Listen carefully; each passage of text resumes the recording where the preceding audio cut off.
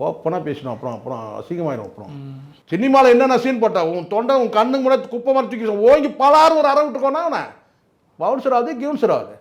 நான் செருப்பால் வச்சுருக்கோன்னா அவனை. அப்போ தான் நீ தலைவன். ஆரம்ப காலத்தில் இந்த அடியே அலமேலு ஆவின் பசும்பால் பாட்டு பாடிந்திருப்பீங்க. இல்லைன்னா தொட்டப்பட்ட ரோட்டில் முட்டை பரோட்டா பாட்டு பாடிந்திருப்பீங்க. 15 அடிக்கு நீங்கள் வந்து ஒரு ரேம்பை போட்டுட்டு உயரத்தை போட்டு அந்த பைப்பில் யாராமல் இருக்கிறதுக்கு நீங்கள் கிரீஸ் தடவுறீங்கல்ல, இதெல்லாம் யார் கொடுத்த ஐடியா? உன்னை தொட்டா அப்படின்ற இது ஏன்னா அழுக்காயிடும். பணம் கொடுத்தான் உடனே லிப்லாக் சம்மதிச்சல்ல ஒரு நடிகையோட. அங்கே வந்து பார்த்தீங்கன்னா லிப்லாக் கொடுக்கும்போது வந்து பார்த்தீங்கன்னா வந்து அந்த நடிகைகிட்ட வந்து எச்சம் வாயில் போகாதா? இது எதுவும் உங்களால் பண்ண முடியல, ஆன்லைனில் பண்ணிட்டு போ. என்ன சார் மாநாடு ஆன்லைனில் பண்ணுறா? ஆமாம் அதான் கரெக்டு. உன்னால் முடியலல்ல, பெருமை பீத்திக்கிறல்ல. விஜயில் அந்தளவுக்கு ஒர்த்து கிடையாது. வீடியோன்றது கீழே அவன் கொத்தா தூக்கி வீசும்போது முகம் தெரியவே இல்லை. குறைஞ்சபட்சம் அந்த முகத்தை பார்த்தவர்கள் யாராக இருப்பாங்க? தூக்கி வீசின அந்த பவுன்சர்.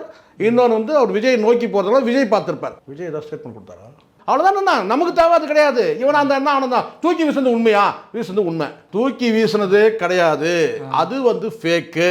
சில பேர் அந்த போட்டோ போட்டு ஐயா துறைன்னு பாட்டு போட்டுக்கிறான். என்ன அடே அறிவு இருக்கடா உங்களுக்கு? எதுக்கு எந்த பாட்டு போடுதுங்க?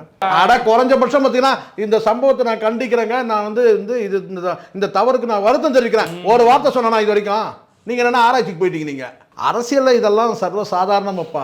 பனைமரத்தில் பாதிக்கிறான் அந்த மண்டையில் ஏற்றுங்க. மண்டை தான் பெருசாக இருக்குது. உன் தலைவனை கேள்ற 20 கோடி இறக்கிருக்கிறான் கூலி படத்தை வந்து ஃப்ளாப் பண்ணுறதுக்கு. யார் சொல்ல? ஆதவர்ஜனா தான் சொல்கிறேன்.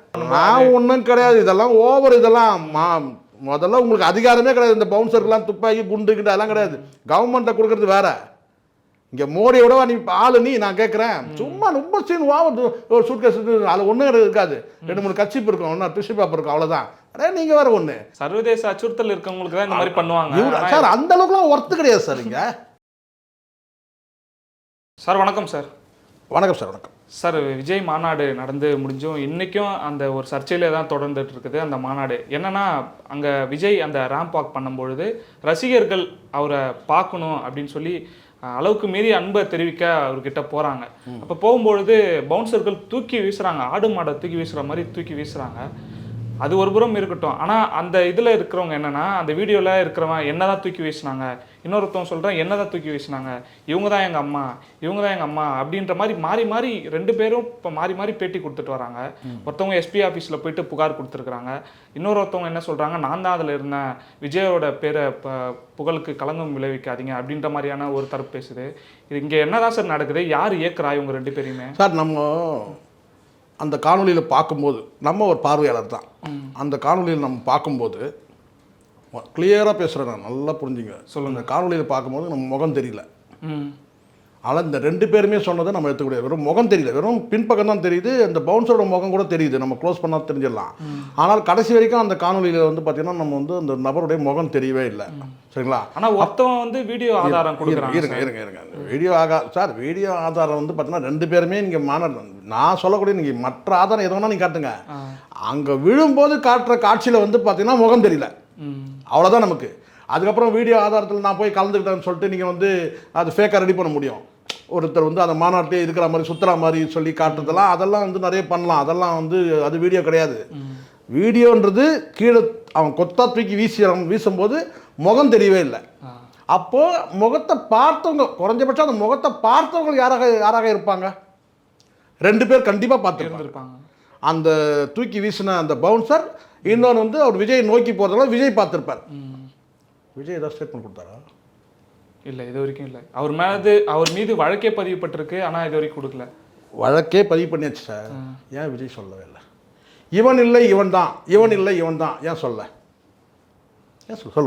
இப்போ 2 பேருமே அவங்க இல்லைன்ற எனக்கு உங்களுக்கு பார்க்குற அத்தனை பேருக்குமே வந்து பார்த்தீங்கன்னா 2 பேருமே வந்து பார்த்தீங்கன்னா நம்ம வந்து பார்த்தீங்கன்னா இவன் தான் அவன் தான் சொல்ல முடியாது.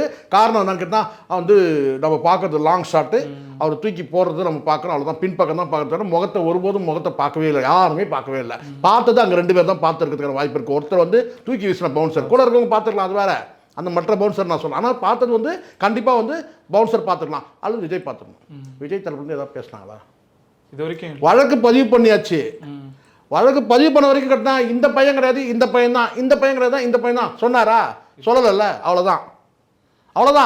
அவ்வளவுதானா? அவ்வளோதானே. நமக்கு தேவை அது கிடையாது. இவனா அந்த என்ன அவனை தான் தூக்கி வீசுறது உண்மையா, வீசுறது உண்மை, அவ்வளோதான் தேவை நமக்கு. சார் இதை வச்சு இப்போ என்னன்னா தூக்கி வீசுனது கிடையாது, அது வந்து ஃபேக்கு, அது வந்து ஃபேப்ரிகேஷன் அது அப்படின்னு சொன்னீங்கன்னா அப்போ பேசலாம். நமக்கு அது முக்கியம் கிடையாது. அவனா இருந்தா என்ன, இவனா இருந்தா என்ன. சார் இப்போ என்ன நமக்கு தேவை கேட்டால் தூக்கி வீசுறது உண்மையா, தூக்கி வீசுறது உண்மை, அது தப்பு தானே, அது தப்பு தான். அது யாரா இருந்தா என்ன சார் நமக்கு தவறு தான் சார். இப்போ என்னன்னா அந்த சரத்குமார் என்ற நபர் வந்து நான் முன்னாடி ஒரு காணொலியை வெளியிடுறாங்க. என்னன்னா நான் அந்த மாநாடுக்கே போல, எங்க அம்மா பேசுறது யாரோ சொல்லி பேச வச்சுட்டாங்க, அது தவறு அப்படின்னு சொல்லி ஒரு வீடியோ போடுறான். அடுத்த நாளே போயிட்டு எஸ்பி அலுவலகத்துல இந்த மாதிரி புகார் கொடுத்துட்டு பேட்டி கொடுக்குறாங்க. அப்ப இதெல்லாம் பார்க்கும்போது ஏதோ ஒரு முரணா தெரியுது. நான் சொல்றது நல்லா புரிஞ்சுங்க. இதெல்லாம் நடக்கும் சார், இதெல்லாம் நடக்கும். குற்ற சம்பவம் நடந்தது உண்மை, அதுதான் நமக்கு தேவை. இவனா அவனான்றதெல்லாம் வந்து பார்த்தீங்கன்னா அது நம்ம வேலை கிடையாது. புரியுதா சொல்றது? நம்ம வந்து பார்த்தா கூட சொல்லலாம் இவன் தாங்க அவன் தான் சொல்லிட்டு, இல்லையா? குற்ற சம்பவம் நடந்துதா, நடந்திருக்கு, அவ்வளோதான் நமக்கு தேவை.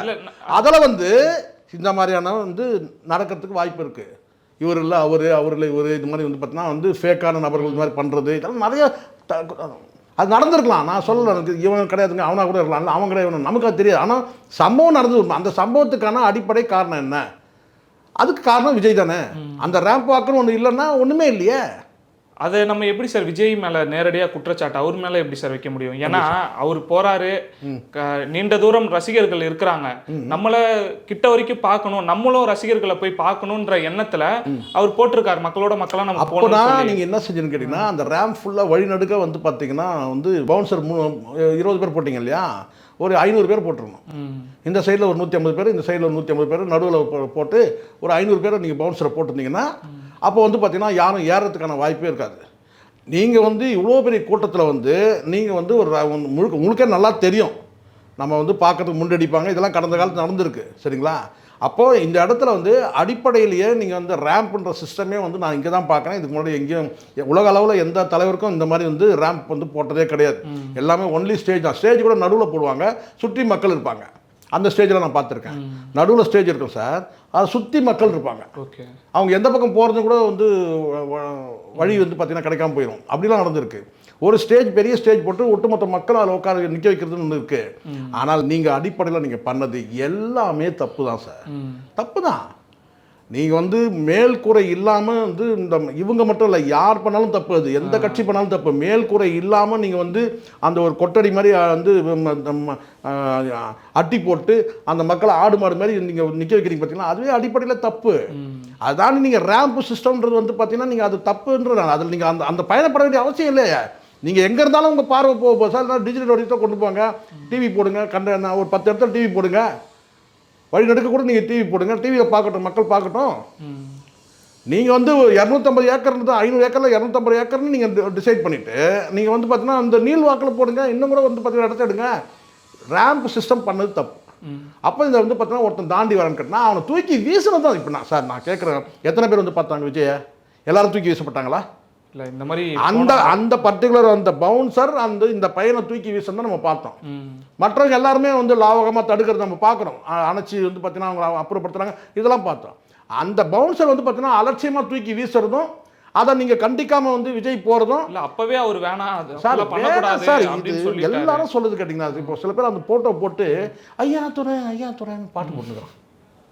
என்ன அடே அறிவு இருக்காடா உங்களுக்கு? எந்த பாட்டு போடுதுங்க? கண்டிப்பாக சார் அந்த இடத்துல வந்து விஜய் இடத்துல நான் ஓங்கி பலார்னு விட்டுருப்பேன் அந்த பவுன்சரை.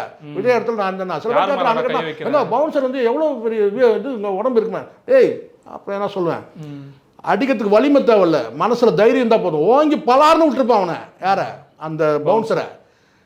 தொண்டனா இருக்கட்டும், ரசிகனா இருக்கட்டும் சார், ஒரு மனுஷன் தானே, ஒரு பையன், அவனை தூக்கி குப்பை மாதிரி வீசிட்டு வரான். மயிறு எதிர்பாராத விதமா பிடிச்சிட்டு இருக்கிறான். தப்பு சார், தப்பு, அது தப்பு, ரொம்ப தப்பு. அவன் யாரு, இவனா அவனாலாம் நமக்கு தேவையே கிடையாது, நமக்கு அந்த வேலையே கிடையாது. நமக்கு என்ன வந்து சார் ஓகே தூக்கி வீசந்து உண்மை. அந்த இடத்துல விஜய் வந்து அவனை அரைஞ்சிருக்கணும். அவனை எப்பரா என் தொண்டனை வந்து அந்த ரசன் தூக்கி இந்த மாதிரி வீசுவேன்னு சொல்லிட்டு நீ தடுக்க தான் அவனை கூப்பிட்டேன். நீ அவனை தூக்கி வீசுவியா? நீ சொல்லுங்க பார்க்கலாம். இதுவே நான் தான் சொல்றேன்ல, இது வந்து நாங்கெல்லாம் பேசின பிறகு தான் அந்த வழக்கு பதிவு பண்ணப்பட்டிருக்கு. ஏன்னா வந்து பார்த்தீங்கன்னா இது வந்து ஏதாவது வகையில் வந்து அரசியல் ரீதியாக சாதகமாக ஆகிடுமோ பாதகமாக அப்படியான யோசனைகள்லாம் அரசியல் ரீதியாக இருக்கணும். எங்களுக்கு என்ன வந்தது? சமூக நல ஆர்வலர்களுக்கு என்ன வந்தது, அரசியல் பார்வையாளர்களுக்கும் இல்லை பத்திரிகையாளர்களுக்கும் என்ன வந்தது, பேசணுமா இல்லையா? கண்டிப்பா பல நியாயவாதிகள் பேசவே மாட்டான் இதை பற்றி. தப்பு தானே இது? தூக்கி குப்பையை வீசுறானா இல்லையா? பார்த்தோம்ல. சரி, நீங்கள் சொல்கிற மாதிரி நீங்கள் சொல்கிறது அது தவறு தான். அது கண்டிப்பாக அது ஒரு விஜய் இந்த மாதிரி போனனால ஏற்பட்டிருக்குதுன்னு வச்சுப்போம்.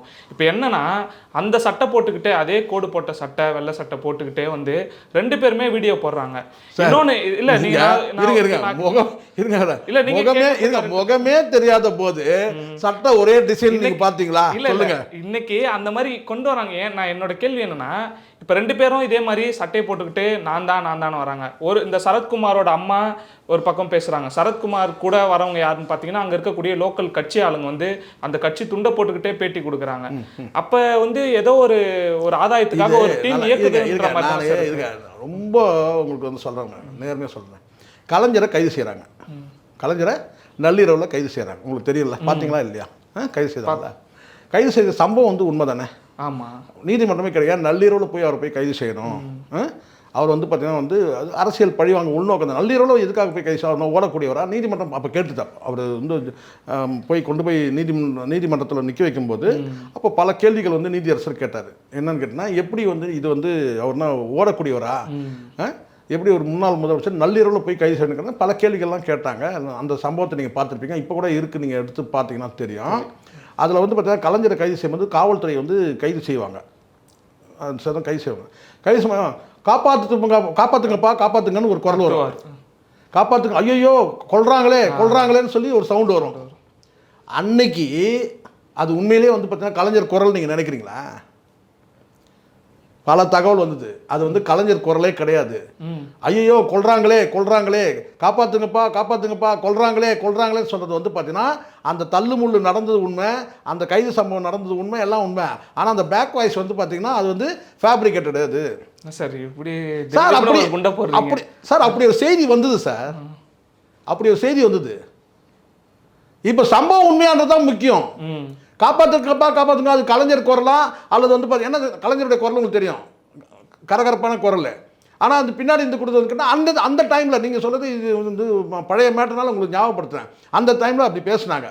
என்ன பேசுனாங்க கேட்டால், இந்த மாதிரி வந்து காப்பாற்றுங்க அவர் குரலே கிடையாது அது சொன்னாங்க. ஆனால் ஒட்டுமொத்த மக்களும் வந்து பார்த்தீங்கன்னா அந்த குரலையும் அந்த கதறலையும் பார்த்து ஸ்தம்பிச்சு போயிடுச்சு தமிழ்நாடு.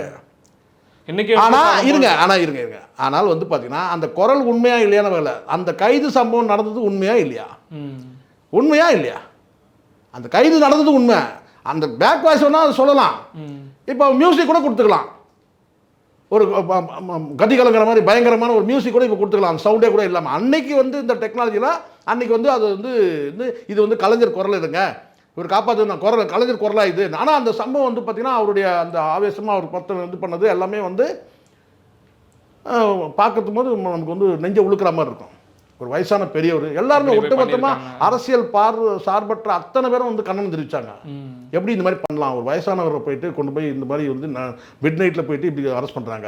அதனால் அரசியல் ரீதியாக சில விஷயங்கள் நான் வந்து இல்லைன்னா நான் சொல்ல மாட்டேன். இவனா அவனான்ற ஆராய்ச்சி நான் இப்போ நான் சொல்கிறேன் 2 பேருமே இல்லை, 3ஆவதாக கூட வேறு தான் இருக்கலாம்.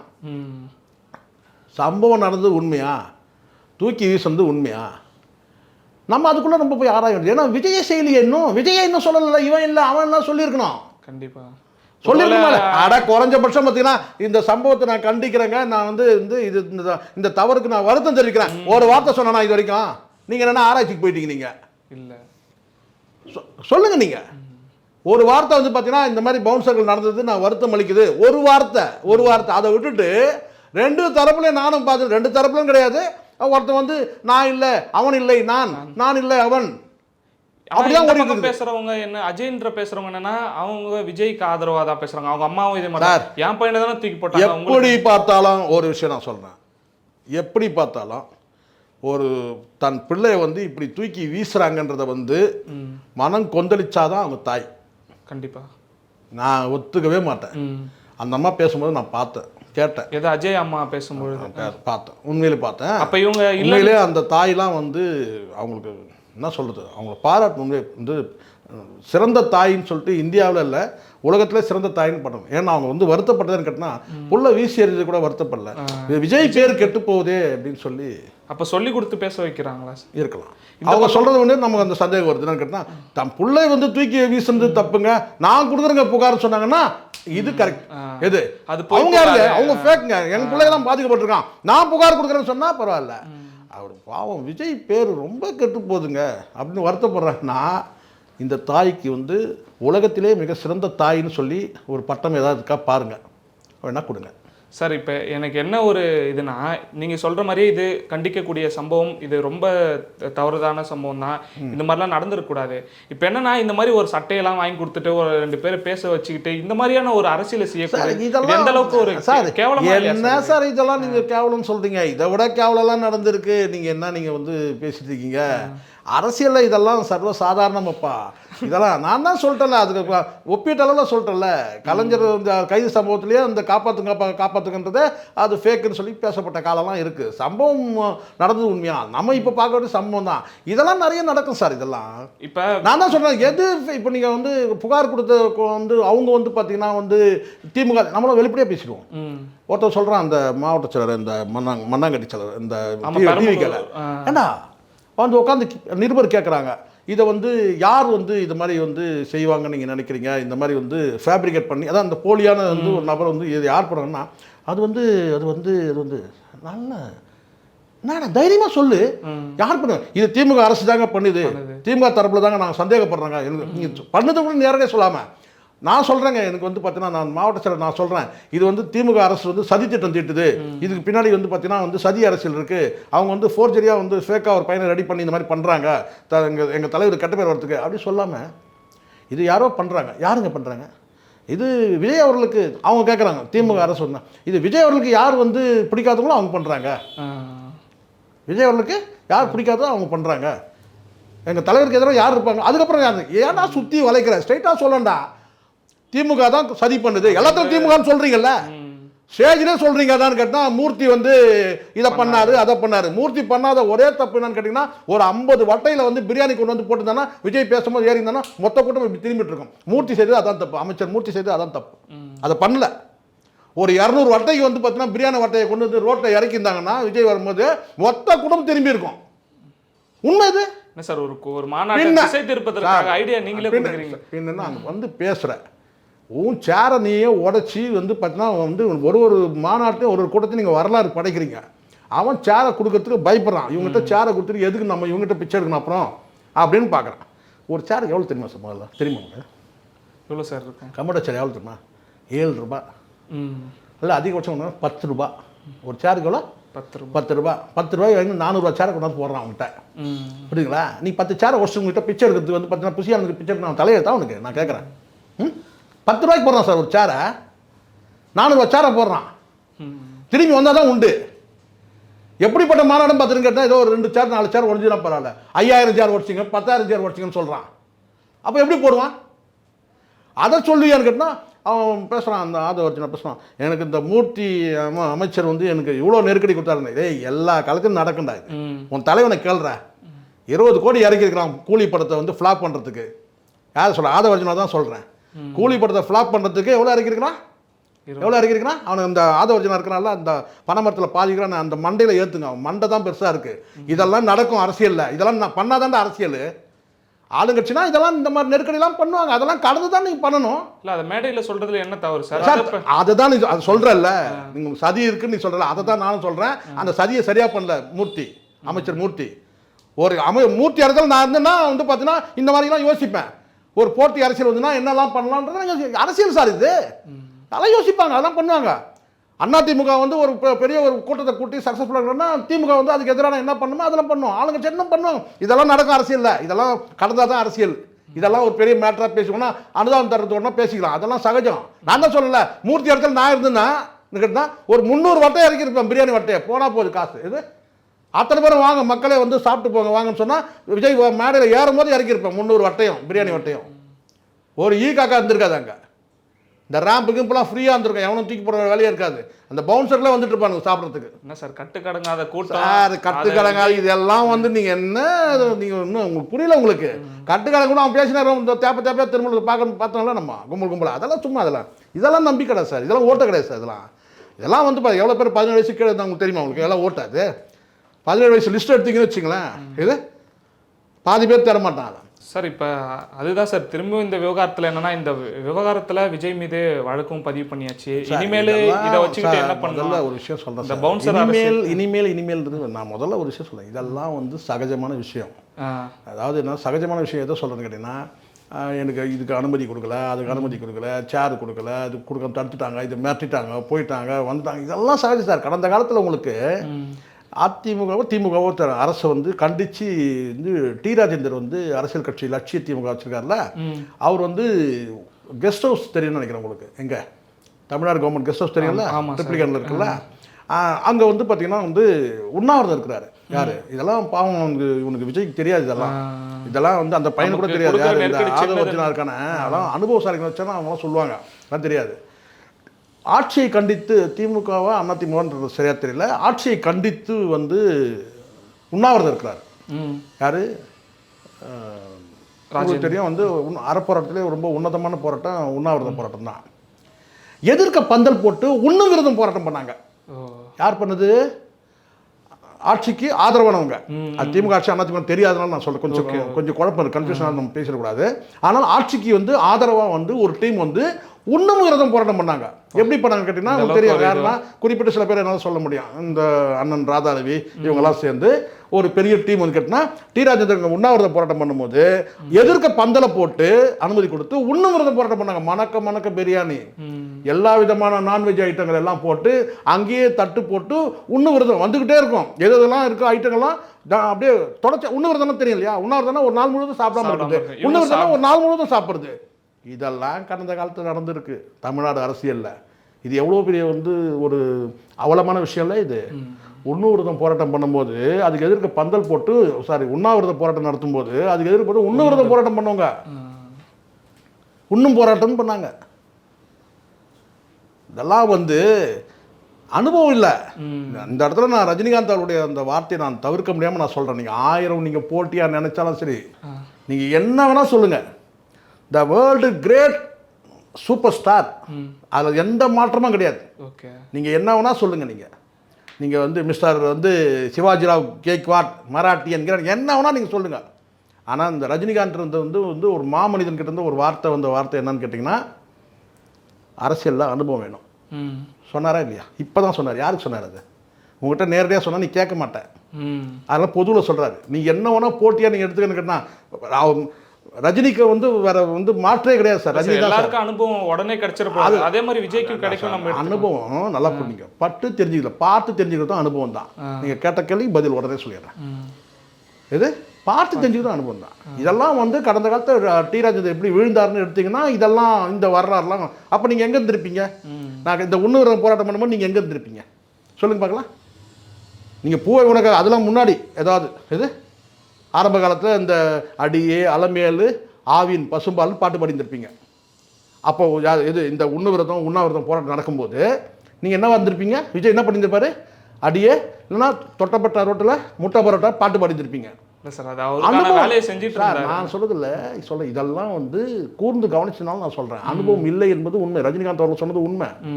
அனுபவம் இல்லை உங்களுக்கு, இன்னும் பல அனுபவம். இப்போ நான் கேட்க உங்களுக்கு யோசிக்கணும். இந்த மாதிரி வந்து ஒரு ரேம்பில் நம்ம நடந்து போகிறோமே, நான் ஒரு விஷயம் சொல்லட்டுமா? என்ன அனுபவிப்பீங்க? டைம் இருக்கா உங்களுக்கு? சொல்லுங்கள். ஒரு எவ்வளோ கொடூரமான ஒரு சிந்தனை சார்.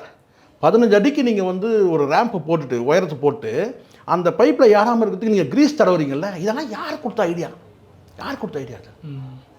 அது எவ்வளோ தப்பு இல்லை சார். அது எப்படி இருந்தாலும் அந்த கிரீஸில் ஏறும் போது வந்து பார்த்தீங்கன்னா வந்து வலிக்குதுவான்னு தெரியல சார், வலிக்கு விழுவான்னு தெரியல. அதில் அடிப்படுன்றது ஏறக்கூடாதுன்னா அது வேற சார். அது முள்ளா இருந்தால் கூட அதை உச்சி தொட்டு ஏற மாட்டான் சார். ஆனால் கிரீஸில் ஏறும்போது வலிக்கு விழுந்துருவான்ல, கண்டிப்பாக தெரியல. அப்போ தெரிஞ்சு தானே பண்ணுறீங்க. யார் கொடுக்குற ஐடியாடா இது? யார் கொடுக்குற ஐடியா? அப்போ எனக்கு எப்படி தெரியுமா தோணுது, அது எங்கள் மேலே மிஸ்டேக் போல. ஒரு ஆள் நீங்கள் ஹிட்லருடைய வந்து கதையை படிச்சிருக்கீங்களா நீங்கள், வரலாறு? அதில் வந்து பார்த்தீங்கன்னா வந்து ஹிட்லருக்கு வந்து ஒரு யோசனை வருது, ரொம்ப கவலைப்படுறாரு. ரொம்ப வருத்தமோடு வேதனையோடு யோசிக்கிறாரு. ஏன் வந்து நிலாவை பார்த்துட்டு யோசிக்கிறாரு. என்ன யோசிக்கிறாரு, இந்த ஜனங்களை வந்து நம்ம வந்து கொல்றதுக்கு நம்ம நிறைய செலவு பண்ணுறோமே. எவ்வளோ நிறைய செலவு பண்ணுறோம். ஒரு தோட்டா எடுத்து நெத்தியில் போட்டால் கூட அவன் செத்து போகிறான். ஆனால் லட்சக்கணக்கில் நமக்கு தோட்டம் ஆகுது. 1,00,000 பேரை சாவடிக்கணும் ஒரு நாளைக்கு. எது ஒரு நாளைக்கு சராசரியாக 1,00,000 பேர் 1,00,000 பேர் சாவடிக்கணும்னா 1,00,000 தோட்டா தேவைப்படுது. சரி, இதை தாண்டி வேறு ஏதாவது பண்ணலாம் அப்படின்னு சொல்லி பார்த்தா அந்த புல் வந்து பீரங்கிகளை மொத்தமாக கொத்தாக கட்டிட்டு போனாலும் அந்த பீரங்கிக்கு அதுக்கான செலவுலாம் ஆகுது. இந்த நாய்களை சாவடிக்கிறதுக்கு நம்ம இவ்வளோ செலவு பண்ணுறதா இருக்குது.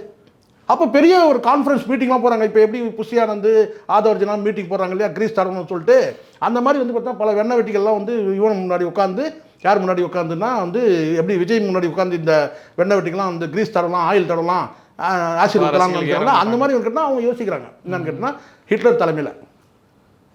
அப்போது வந்து ஹிட்லர் சொல்கிறான், நீங்கள் ஒன்றும் வேலைக்காகுது, நான் சொல்கிறது நீங்கள் செய்யுங்கன்னு சொல்லிட்டு சொல்கிறாங்க. மறுநாள் என்ன பண்ணுறாங்கன்னு கேட்டிங்கன்னா, ஒரு பெரிய கூடாரம் சோறு எழுப்பப்படுது. ஒரு பெரிய கூடாரம். அது குறைஞ்சபட்சம் அதுக்குள்ளே வந்து ஒரு 20,000 பேர் அனுப்ப முடியும். ஒரு 10,000 ஒரு 20,000 பேர் உள்ளே அனுப்பிடணும் டைட்டாக. 10,000 பேர் அனுப்பினா இன்னும் டைட்டாக அனுப்பிச்சா ஒரு 5,000 பேர் அனுப்பி உள்ளே அனுப்பி ஃபுல் சீல் பண்ணு, கம்ப்ளீட்டாக டம்ப் ஃபுல்லாக வந்து கம்ப்ளீட்டாக க்ளோஸ் பண்ணிடணும். க்ளோஸ் பண்ணிவிட்டு ஒரு சின்ன ஒரு ஓட்டை மட்டும் போட்டு அதில் பைப் லைன் அனுப்பிச்சிட்டான்னு கேட்டால் அதில் வந்து பாய்சன் கேஸ் அனுப்புகிறான். எந்த சத்தமும் கிடையாது, எந்த சவுண்டும் கேட்காது, எந்த அழுகுறலும் கேட்காது. இந்த பைப் லைனில் வந்து இந்த பாய்சன் கேஸ் பண்ணோம்னா உள்ளே எல்லாரும் அவுட்டு. தூக்காத 15 பேர், 15,000 அடுத்த 5,000 தூக்கி போடு. இப்படி வந்து யோசனை பண்ணி வந்து ரூம் போட்டு யோசனை பண்ணி அந்த மக்களை கொண்டு போய் சொன்னால் ஹிட்லர். ஆனால் தான் இன்றைக்கி ஹிட்லருக்கு வந்து பார்த்தா சர்வாதிகாரம்னா ஹிட்லர்னா சர்வாதிகாரம். அதுக்கு மாற்று கிடையாது, ஆல்டர்னேட் கிடையாது. ரைட்? இந்த யோசனை தான் சர்வாதிகாரத்தோட ஆரம்ப புள்ளி. கிரீஸ் தடவனான்னு சொன்னப்பார். நீ வந்து பவுன்சர் வச்சுக்கலாம் ஒப்பிட்டு இன்னைக்கு விஜய் சர்வாதிகார அளவுக்கு கொண்டு வந்து சார், இதுதான் சார் ஆரம்ப புள்ளி. இதுதான் ஆரம்ப புள்ளி. அது திருத்தம் கூட செஞ்சிருவாங்க சார். நீங்க அதை சார் அந்த யோசனை தவறு சார். அது கிரீஸ் தடவலான்னு சொன்ன அந்த யோசனை யார் யோசனைலாம் தப்பு. அது நீ ஏன் கிரீஸ் தடவுற? வழுக்கம் தெரியல உன்னை யாரக்கூடாது. நீ அதுக்கு நீ என்ன செய்யணும் கேட்டா, இந்த ரேம்ப் எனக்கு வேண்டாம்பா, நான் வந்து இந்த மாதிரிலாம் நான் அலோவ் பண்ண மாட்டேன். சொல்லு, உன்னை தொட்டா அப்படின்ற இது ஏன்னா அழுக்காயிடும்.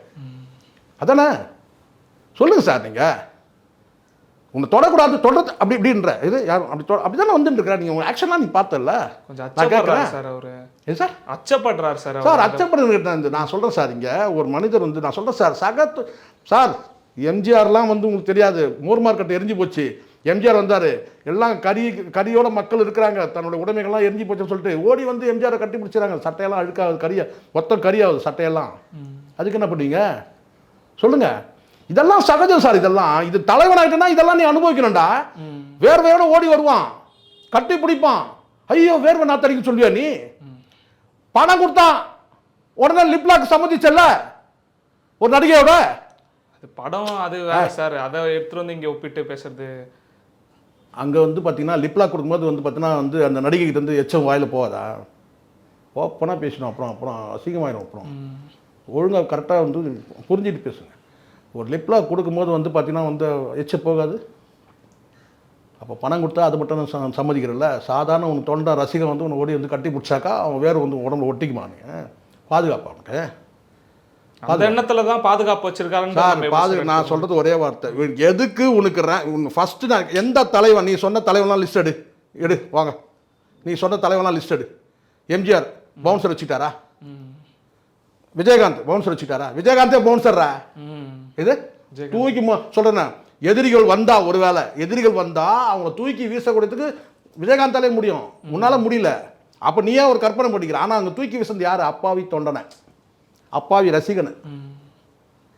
யார் வச்சுக்கிட்டாங்க? ஜெயலலிதா பெண் தானே அவங்க. யார் எந்த பவுன்சர் வச்சுக்கிட்டாங்க? நான் சொல்கிறது இப்போ இல்லை. நீங்கள் உடனே இப்போ எடுத்துப்பீங்க, உடனே துப்பாக்கி வச்சுட்டு இசட் பஸ் கொடுத்தான்ட்டு. நான் இசட் பஸ் எப்போ கொடுத்தாங்க? 80களுக்கு பிறகு தான், 90களுக்கு பிறகு தான். நான் சொல்கிறது முன்னாடி சொல்கிறேன். பழைய ஜெயலலிதா அதிமுக வந்து கொடி போட்ட அந்த புடவை கட்டு போனாங்களே, இந்த காடு மேடெல்லாம் போனாங்க பார்த்தீங்களா? அப்போ யாரும் கிடையாது. இது நீங்கள் நினைக்கிறதா எல்லாம் கட்சிக்காரங்க, வேணா போலீஸ்காரங்க இருப்பாங்க. இந்த இசட்டெல்லாம் கிடையாது. அப்போது போலீஸ்காரங்க இருப்பாங்க. நீ நம்பினா போலீஸ்காரங்களை வந்து நீ உன் பாதுகாப்பு கேட்டு அவங்கள பயன்படுத்திட்டு இருக்கலாம். உனக்கு அப்படி சந்தேகம் பயம் இருக்குதுன்னா நீ அந்த அந்த ரேம்ப் அந்த வாக்கை நீ கேன்சல் பண்ணிக்கணும், அவ்வளோதான். ஸ்டேஜில் வந்தியா முடிச்சியா கிளம்பி போயிட்டே இருக்கணும், அவ்வளோதான். சார் இந்த பவுன்சர்களால் இவ்வளோ பிரச்சனைகள் வந்துகிட்டு இருக்குது சார். இதெல்லாம் முன்கூட்டியே சார் நான் சொல்கிறேன் சார். இதை நீங்கள் சொன்னால் நம்புவீங்களா? ஃபஸ்ட்டு வந்து என்ட்ரு ஆகிறாங்க தெரியுமா பவுன்சரு. நான் சொல்கிறது இந்த பசங்களுக்கு வந்து இந்த கல்வி கொடுக்குறேன் அப்போவே நான் யோசிச்சேன். அப்போ சில செய்தியெல்லாம் நடக்க போகுதுன்னு. மற்றபடி ஷூட்டிங் ஸ்பாட்டுக்கு போகிறீங்கன்னா அங்கே இருக்கிற லோக்கல் பவுன்சரில் வந்து அந்த ஷூட்டிங் ஸ்பாட்டுக்கு போகிறீங்கன்னு கேட்டால் அது வந்து படக்குழு தயாரிப்பாளர்லாம் வந்து பார்த்துப்பாங்க, சரிங்களா? உங்கள் பாதுகாப்பு பிரச்சனை பார்த்துப்பாங்க. அவங்க வந்து அந்த பவுன்சர் இது ஒரு அரசியல் கட்சி தலைவரான பிறகு சீன் ஓட்டுறதுக்காக பண்ணது தான் இப்போ வினையாயிடுச்சு. இது இந்த ஜான் ஹரிசன் இருக்கான் பாருங்க, அவனா சார் இவரை பெரிய கல்ட்டாக காட்டணும், இது இவரை வந்து பெரிய பிம்பமாக காட்டணும்னு சொல்லிட்டு தான் சீன் ஓட்டுனது. இது இவர் நீங்கள் பார்த்துருப்பீங்கன்னு நினைக்கிறேன். நீங்கள் வேணால் எடுத்து பார்த்துங்க, நெட்டில் போய் பார்த்துங்க. புஷ்ன்ற புட்டின் கூட வந்து பார்த்தீங்கன்னா வந்து ஒரு சூட் கேஸ் எடுத்துன்னு போவாங்க. அந்த சூட் கேஸ் எதுக்கு ஒரு இது அந்த அதை எடுத்து பாருங்க, அதில் என்ன எதுக்காகன்னு சொல்லி பாருங்க. அப்புறம் பார்த்தா யூரின் பேக்கா சார் இது? நீங்கள் வேற ஒன்று சார், அது என்ன சார் சார் நீங்கள் நெட்டில் போய் பாருங்க சார், இருக்கு பாருங்க சார். அது அந்த பேக் என்ன ரகசியம் வந்து கலாய்ச்சி பேசணுன்றதுக்காக சார். கலாய்ச்சி பேசணும் இல்லை சார். இப்போ நான் கேட்குறேன் சார், அது கூட விட்டுருங்க சார், நம்ம தேவையில்லை சார் நமக்கு. இப்போ இவர் நான் கேட்குறேன், இவர் வந்து பவுன்சர்லாம் வந்தாங்கல்ல, அது எதுக்கு கூட வந்து பார்த்தீங்கன்னா ஒரு 2-3 பேக் வச்சுருந்தாங்க, எதுக்கு அது? என்னது அது? அதுதான் சார், ஏதாவது குண்டு துளைக்காது, யாராவது துப்பாக்கி டக்குன்னு ஷூட் பண்ணுவாங்க. நான் ஒன்றும் கிடையாது, இதெல்லாம் ஓவர். இதெல்லாம் முதல்ல உங்களுக்கு அதிகாரமே கிடையாது. இந்த பவுன்சருக்குலாம் துப்பாக்கி குண்டு கிட்ட அதெல்லாம் கிடையாது. கவர்மெண்ட்டை கொடுக்கறது வேற. இங்கே மோடியோட நீ ஆளு நீ நான் கேட்குறேன். சும்மா ரொம்ப சீன் ஓவர். ஒரு சூட் கேஸ் அதில் ஒன்றும் இருக்காது, 2-3 கட்சிப்பு இருக்கும், ஒன்றா டிஷ்யூ பேப்பர் இருக்கும், அவ்வளோதான். அதே நீங்கள் வேறு ஒன்று. நான் தான் சொல்கிறேன்ல சார், இங்கே வந்து நீங்கள் வந்து சீன் ஓட்டணும்னு நினச்சிங்க, அது வினையாயிடுச்சு. அதை புரிஞ்சிருக்காங்களா புரியலையா சார்? அது நமக்கு தெரியாது சார், காலம் தான் பதில் சொல்லும். இதெல்லாம் வந்து நிற்காது சார். இப்போ பாருங்க, பெண்கள்லாம் வெறுத்துட்டாங்க. இப்போ பெண்கள் வெறுத்து போயிருக்கிறாங்க. இந்த பெண்கள் 2 பெண்கள் சொல்லலாம், புரியுங்களா? ஒருத்தர் புகார் கொடுத்தாங்க, ஒருத்தர் வந்து ஐயோ பாவம் வந்து விஜய்ன்றாங்க, அவ்வளோதான். ஆனால் மொத்தமாக பார்க்குறாங்கல்ல சார், அந்த பெண்கள்லாம் பார்க்குறாங்க, என்னங்க இப்படி இருக்குது, என்னங்க இது இப்படின்னு. ஸோ இதை சீன் கிரியேட் பண்ணிங்க, சிக்கிக்கிட்டீங்க, அவ்வளோதான். எதுக்கு இந்த சீன்? எதுக்கு இந்த வந்து பார்த்தீங்கன்னா வந்து ஒரு பவுன்சரு சூட் கேஸு இதெல்லாம் சீன் ஓவராக இல்லை? நீங்கள் ஒன்றும் கிடையாது. அதில் ஏதாவது வந்து உங்களோட உடைமைகள் இருந்தால் ஜெயலலிதா போவாங்க சார், அப்போ கூட இந்த மாதிரிலாம் கிடையாது சார். நீங்கள் பார்த்துருப்பீங்க, ஜெயலலிதாவுக்கு போகும்போது வேணா அவங்க வந்து ஹேண்ட்பேக் ஒன்றா சின்ன கையில் ஒன்று வச்சுருப்பாங்க, நீங்கள் பார்த்துருப்பீங்க டைரெக்டாக. மற்றபடி வந்து பார்த்தீங்கன்னா எதுவுமே வந்து அவங்களுடைய வந்து அவங்க கூட இருக்கிற அந்த பிளாக் கேட்ஸ் இருக்காங்க பார்த்தீங்கன்னா, அந்த இசட் பிரிவு, அவங்க எதுவுமே ஏதாவது பேக் சூட் கேஸ் எடுத்து போயிருக்கிறாங்க கிடையாது. இது சீன் இல்லை. இது நீங்கள் வேணா பாருங்க, பந்தாக பண்ணது இதெல்லாம் பந்தா ஒரு பெரிய சீனா கிரியேட் பண்ணோம். இது சர்வதேச அச்சுறுத்தல் இருக்கவங்களுக்கு தான் இந்த மாதிரி பண்ணுவாங்க சார். அந்த அளவுக்குலாம் ஒர்த்து கிடையாது சார். இங்கே விஜயில் அந்த அளவுக்கு ஒர்த்து கிடையாது. இப்போ பாருங்க, மாரிதாஸ் தொங்க விட்டு இருக்கிறானா இல்லையா? கரெக்டாக பண்ணிட்டான். எது மாரிதாஸ் ஒரு ஆள் தான் சரியான இந்த என்ன சொல்லுது அதுக்கு என்ன புலனாய்வு பத்திரிகைலாம் சொல்கிறாங்கல்ல, அது வந்து கரெக்டாக வந்து ப்ரூவ் பண்ணுது. உன்னை வந்து பங்களாதேஷில் வந்து உன் தோலை உற்சாம் பாருங்க. எது இந்த புலனாய்வு மற்ற புலிகள்லாம் இப்போ வந்து பார்த்தீங்கன்னா வந்து புலம்பினுக்கிறானுங்க. இவங்கெல்லாம் புலனாய்வு புலிங்க, இவங்க தான் ஒரிஜினல் புலிங்க, இவங்கெல்லாம் அப்படி தான் ஓட்டிகிட்டு இருந்தானுங்க. அவன் கீச்சான் பார்த்தீங்களா? புலியாது கிடையாது, மொத்தமாக பங்களாதேஷ் வந்து எடுத்து போட்டான் இவனோட வந்து இது. கடந்த காலத்தில் இதெல்லாம் நடந்திருக்கு சார். நீங்கள் சொல்கிறீங்கல்ல, மூர்த்தி வந்து எங்களை கொத்தங்க வெளிச்சிட்டாரு, அவர் இதை பண்ணிட்டாரு அது பண்ணுறாங்களா, அந்த லூஸு சொல்கிறான்ல, அவன் பேர்னா அவன் பேர் நான் அடிக்கடி வரும், இந்த லாட்ரி சீட்டு மருமவன் சொல்கிறாங்க, பேர் வரமான சமயத்தில் அது ஏதாவது ஒரு பேருக்கு அர்ஜுனா இருக்குன்னா ஆதவர்ஜுனான்னு கேட்டேன். நானே என் பேரை சேகரா சொல்லுங்கள் ஜெய்சங்கர் சொல்லுங்கன்றேன். அது இந்த 2 பேரில் தான் கூடிய குழப்பம் தான். அவன் ஆதவ் அர்ஜுனா வந்து சொன்னான். நான் கேட்குறேன், அவன்கிட்ட போய் கேளுங்க. அவன்கிட்ட ஒன்றும் இல்லை, அவன் தலைவன்கிட்ட போய் கேட்க சொல்லுங்கள், எப்படிலாம் அடுத்தவங்களை காலி பண்ணிட்டு வந்து முன்னேறதுன்னு சொல்லிட்டு. இதெல்லாம் அரசியலில் நடக்க தான் சார் செய்யும். சினிமாலே நீ வந்து எத்தனை பேர் காலி பண்ண? உங்ககிட்ட படாத பாடுபட்டவன் தான் வந்து அஜித்குமார். உங்ககிட்ட வந்து பார்த்தீங்கன்னா எவ்வளோ பேர், எத்தனை பேர் நீ பின்னுக்கு தள்ளியிருப்ப, எத்தனை பேர் காலி பண்ண? எஸ்எஸ்சியை போய் கேளுங்க, இல்லை அடுத்தது வந்து அதே வேலையை புஷியானது பண்ண கேளுங்க, எப்படிலாம் வந்து அடுத்தவனை காலி பண்ணுறது. இதெல்லாம் அரசியலில் நீ சினிமாலே நீ பண்ணனா வந்து அரசியலில் பண்ண மாட்டாங்களா? அதெல்லாம் நடக்கும் தான். அதையெல்லாம் கடந்து தான் சார் வரணும். எம்ஜிஆருக்கு நடக்காது தான், ஜெயலலிதாவுக்கு நடக்காது தான். இதுக்கே இப்படி புலம்புற? என்ன இது பண்ணிட்டாங்க அது பண்ணிட்டாங்க, என்ன செய்யணும்? உனக்கு வந்து டிஎம்கே கவர்மெண்ட்டே வந்து ஒரு ஸ்டேஜ் போட்டு உனக்கு ரேம்ப் வாக்குக்கு நீ வந்து எல்லாம் அரேஞ்ச் பண்ணி அவங்களும் எல்லாமே பண்ணணுமா? ஒரு அரசியல் கட்சினா இதெல்லாம் நடக்கும். இதெல்லாம் கடந்தாதான்டா அரசியல்வாதி. சீன் போட்டால் மட்டும் போதுமா? நீ சினிமாவில் மட்டும் சினிமாவில் என்னென்ன சீன் போட்டா உன் தொண்டை உன் கண்ணுக்கு முன்னாடி குப்பை மாதிரி தூக்கி ஓங்கி பலாரும் ஒரு அரை விட்டுக்கோனா அவனை பவுன்சர் ஆகுது கியூன்சர் ஆகுது. நான் செருப்பால் அடிச்சிருக்கோன்னா அவனை, அப்போ தான் நீ தலைவன். விட்டுட்டு வந்து பார்த்தீங்கன்னா இப்போ வந்து பார்த்தீங்கன்னா அடுத்த நிமிஷம் கேட்டால் இப்போ வந்து கேட்டால் அவனா இவனான்னு சொல்லி ஒன்று ஓட்டின்னு இருக்கீங்க. எவனா இருந்தால் என்ன, எவனா இருக்கட்டும், தூக்கி வீசுறது உண்மை. அது வரைக்கும் வந்து கேட்டால் அதுக்கே உங்ககிட்ட இது வரைக்கும் பதில் இல்லை. இது வரைக்கும் குறைஞ்சபட்சம் ஒரு வருத்தம் தெரிவிக்கணும் விஜய். நான் கேட்குறேன், அவ்வளோ பெரிய நான் நினைக்கிறேன் இந்த நிமிஷம் இருக்கேன் இந்த மாதிரி ஒரு அசம்பாவிதம் நடந்து வருத்தமாக இருக்குது, வருத்தம் தெரிவிக்கணுமா இல்லையா? பண்ணியிருக்கணும். ஸோ இதெல்லாம் வந்து பார்த்தா 3 பேர் வந்து அந்த இடத்துல வந்து பார்த்தீங்கன்னா மாரடைப்பில் இறந்துருக்கான் சார். மாரடைப்பில் கேட்டால் போஸ்ட்மார்ட்டம் ரிப்போர்ட் கேட்டால் 3 பேருக்கும் ஒரே மாதிரி கேட்டால் உச்சி வெயில், அவனுக்கு வந்து ஒரு டிப்ரெஷன் ஆகி 3 பேரும் வந்து ஹார்ட் அட்டாக்ல இறந்துருக்கிறான். இதுக்கே ஒரு கேஸ் போடலாம் உன் மேலே தெரியுமா?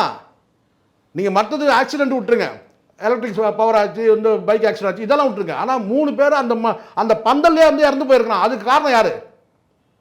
ஈஸியாக கடந்து போகிறீங்க. ஓகே, ஏன்னா போன தடவை பந்தோபஸ்துக்கு இருந்த ஒரு போலீஸ்காரர் இறந்து போனார். இது வரைக்கும் நீ போயிட்டு அந்த குடும்பத்துக்கு ஒரு ஆறுதல் சொல்லியிருப்பியா? போலீஸ்காரர் தான் உங்களுக்கு அவ்வளோ இதுவா? போலீஸ்காரர் வந்து பாதுகாப்பு சம்பளம் வாங்கிருக்கலாம், எல்லாம் பண்ணிக்கலாம் சார். ஆனால் உனக்கு பாதுகாப்புக்கு வந்து தான் இறந்தார். ஏதாவது பண்ணியா நீ? குறைஞ்சாட்டி பணம் காசு தேவையில்ல, ஒரு ஆறுதல், நேரில் போய் சந்தி, ஒரு தகவல், ஒரு அறிக்கை, தனிப்பட்ட முறையில் அந்த காவல்துறைக்கு மதிப்பு கொடுத்து ஒரு அறிக்கையில் வந்து இன்னார் வந்து பாதுகாப்பு என்பது எனக்கு வந்து வருத்தம் அளிக்குது, ஒரு இரங்கல் பண்ணியா? பண்ணல. 3 பேர் தான். இதுக்கு முன்னாடி ஒரு சம்பவம் இருக்குது. மதுரையில் முன்னாள் மாவட்ட செயலாளர் இருக்கட்டும், மதுரையில் தான் முன்னாள் மாவட்ட நிர்வாகி. ஏர்போர்ட்டுக்கு நீங்கள் போகிற மதுரை திருச்சாத்தூர் மதுரை நினைக்கிறேன், துப்பாக்கி கொண்டு வந்து எங்கே வச்சிட்டான்னு கேட்டால் மண்டையில் வச்சிட்டான். யார்? இந்த பவுன்சரை. அதுக்கு ஒரு கதை விட்டானுங்க. அவர் துப்பாக்கி மாற்றினார், கை மாற்றும் போது பட்டுச்சின்னு சொல்லிட்டு. இது எவ்வளோ பெரிய அட்ராசிட்டி தெரியுமா? அது அத்துமீறல் தெரியுமா? அது துப்பாக்கி வச்சுக்கிறதுக்கு உனக்கு பெர்மிஷன்கள்லாம் இருக்கலாம். ஆனால் வந்து பார்த்தீங்கன்னா அந்த இடத்துல நீ பொது இடத்துல நீ அதை எடுக்கிறல்ல, அதுக்கே ஒரு விசாரணை வழக்கு பதிவு பண்ணி விசாரணையாவது நடத்தியிருக்கணும். அன்னைக்கு அதை கடந்து போனாங்க. இன்னைக்கு அந்த கடந்து போகிறது தான் பவுன்சர்னா எப்படி வேணா என்ன வேணா பண்ணலாம். இப்போ தெரியுதா? இதுதான் இது வந்து இந்த வழக்கு பதிவுப்பட வேண்டிய வழக்கு. இன்னும் சொல்ல போனால் அந்த துப்பாக்கிக்கு அந்த வழக்கையும் பதிவு பண்ணணும். 3 பேர் வந்து பார்த்தீங்கன்னா அந்த பந்தலில் வந்து இறந்துருக்காங்கல்ல, அதுக்கு ஒரு வழக்கு பதிவு பண்ணணும். அதுக்கான செக்ஷன் இருக்குது சார். இவனா எல்லாத்துக்கும் 302 வந்து பதிவு பண்ண போகிறாங்க. ஒரு செக்ஷன் இருக்குது. அந்த மரணத்துக்கான காரணம் யார்? விஜய் தானே. 3 பேர் இறந்தாங்கல்ல, ஏன்டா பந்தல் போடுறா? எவ்வளோ பணம் இல்லை உங்ககிட்ட? இதான் 200 கோடி 300 கோடி பேசுகிற சம்பளம் போட்டு பந்தல் போட்டு வை, நிழல் கொடு. தரையில் இருக்கிற கிழிச்சி வந்து பார்த்தீங்கன்னா வந்து மேலே போட்டுக்கிறாங்களா, அவனே போடு. ஒரு பந்தல் போடு நிழலுக்கு, ஒரு பச்சை கலராக இருக்குல்ல சார், போட்டு நிழலுக்கு போடு. மழை வந்தால் கூட நினைட்டோம். ஆனால் நீ வந்து சன்லைட் வராமல் இருக்கு, போடு. இது எதுவாக இருந்தாலும் பண்ண முடியல, ஆன்லைனில் பண்ணிட்டு போ. என்ன சார் மாநாடு ஆன்லைனில் பண்ணுறா?